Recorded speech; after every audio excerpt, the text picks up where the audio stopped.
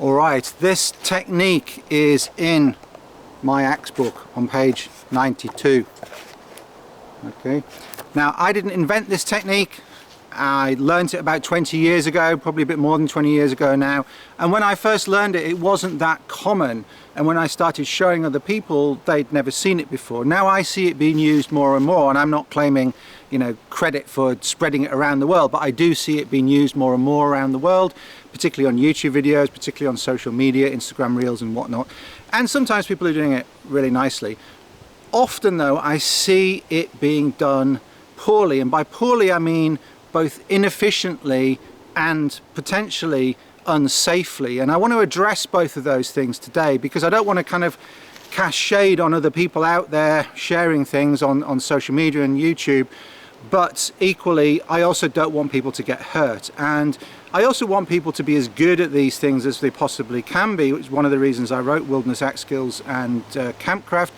And let's have a look at this technique now. What I want to share with you today are a number of tips that will help you get the most out of this technique. They will make you safe and they will make you efficient, and they'll optimize this technique for you. Before we get started, the first thing just to understand is you are more likely to need this technique if you're using a lighter axe. If you're just using a splitting maul or a splitting axe in your backyard, in your woodshed, you're unlikely to ever use this technique because the weight of the axe and the leverage that you've got and the shape of the head is such that it will split the wood that you're trying to split. Even if you're using a felling axe, you probably don't ever need this technique because the felling axe, it has a heavy head and you've got lots and lots of leverage. Once you start using the type of axes that we like in bushcraft, so half-length axes and three-quarter length axes, you're more likely to need this, particularly when they've got relatively fine general purpose heads. First axe I'm using today, just for those out of interest, is that Hultafors Corvot that I refinished in a previous video. Lovely finish on it now. You can check out the video linked here to see me talk about that, and if you want the guide on how to refinish your axe handle, you can click the link below to get that. Okay, so I'm going to be working on a stump, and we'll start with something relatively small. As always, safety first. I'm putting the piece on the back of the stump. I've got that bit of room for protection, but I probably need to bend my knees a bit, and I'm not going to try and get this stuck, but I have a feeling it might get stuck in this piece of wood, as it has. Okay, now the first instinct of a lot of people is to do this kind of thing, or to try and start getting the axe out, and this is a really efficient guillotine for chopping your finger or your thumb quite badly here. So this is really quite dangerous, having your hand here and using a lot of leverage near a sharp axe, or it could just pop out, drop on your leg, pop out, drop on your hand. So we're going to use this reverse technique or this inverted technique. Now the first thing is this could pop out, so if I start to lift this and the log drops off, the pole is going to come straight towards my face, and I've seen this recently on a video of someone doing this and lifting.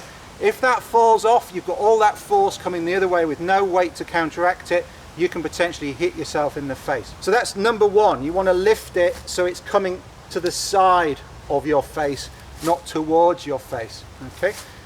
Next tip. It's really quite difficult for me to lift from here. I'm reasonably strong and I've got good grip strength. I've got good forearm strength, but that's quite hard work, that, lifting that from there. It's pretty tough. Okay, if I come in here, much less leverage on my wrist, on my forearm, much easier for me to lift. So I'm going to combine both of those thoughts now. I'm going to slide my hand forwards and I'm going to lift towards my shoulder, not towards my face. Now if any of you have ever done any judo or jiu-jitsu, if you think about grabbing a lapel and stepping in, yeah, here, much better than being out here. So we're also going to do that here as we step in. We also need to get this handle out the way, so we're going to bring in, we're going to come in like this and turn it and step in. And then we can lift here. My elbow is now close to my ribs. I've got a lot of strength here, like so. Whereas if I'm lifting out there, I can do that, but I don't have as much strength as I've got in here. It's like resisting an arm lock or something, right? So I'm going to come in here and lift to the side. So the compound motion is this to here. So the lift comes like that.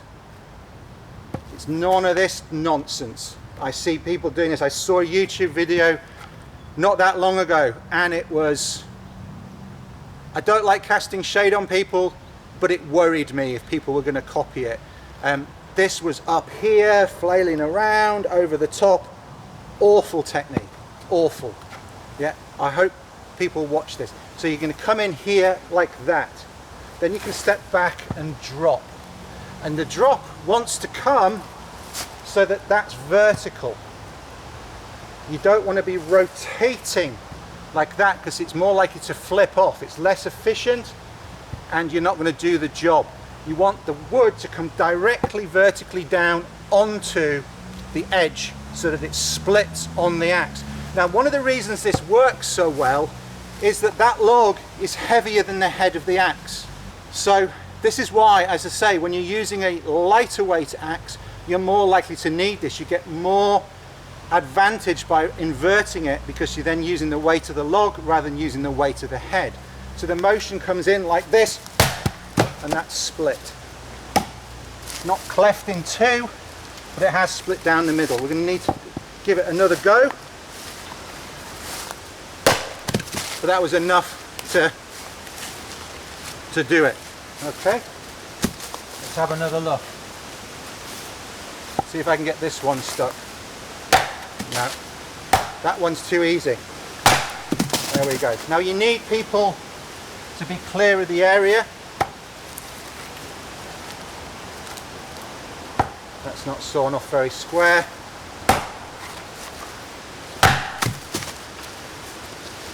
So, let's have a look at a big piece.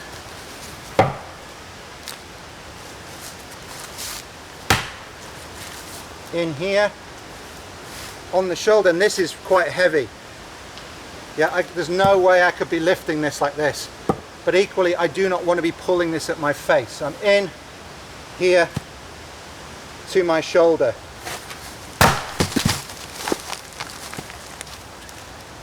And because that was a heavier piece of wood, it did the job for me. And then we can probably split from here.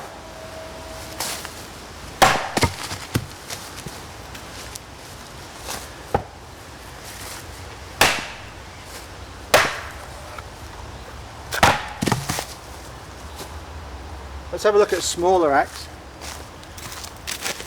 Now when I'm using a shorter axe, I've got more of an arc as the axe comes down, which means whether I'm splitting orthodox or inverted, I need to bend my knees more because I've got less room for protection and also just for mechanical efficiency. Let's have a look with this big fat boy here, just with the half axe. This is one of the really nice thornwood axes. I'll make another video about this at some point. Joe and I go back quite a long way. He did some courses with me back in the day. Let's see. Okay, so I can get that on my shoulder. There we go, lovely.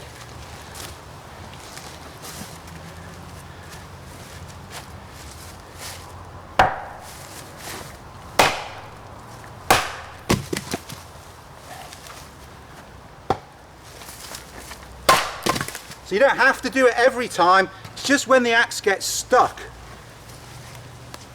And you're using,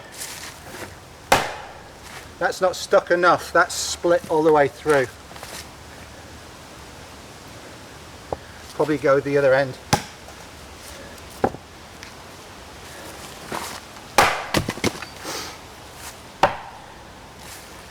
That works really nice, that axe.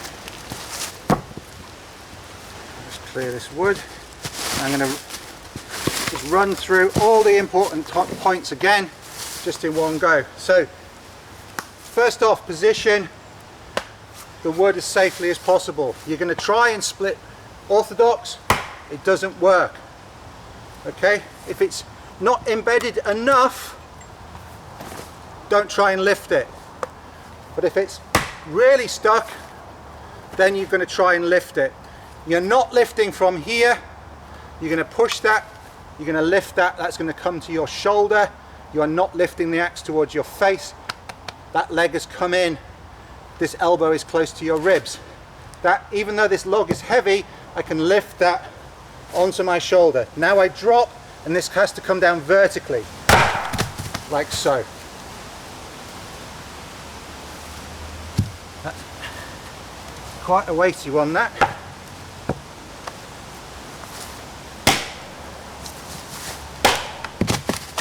And there we go.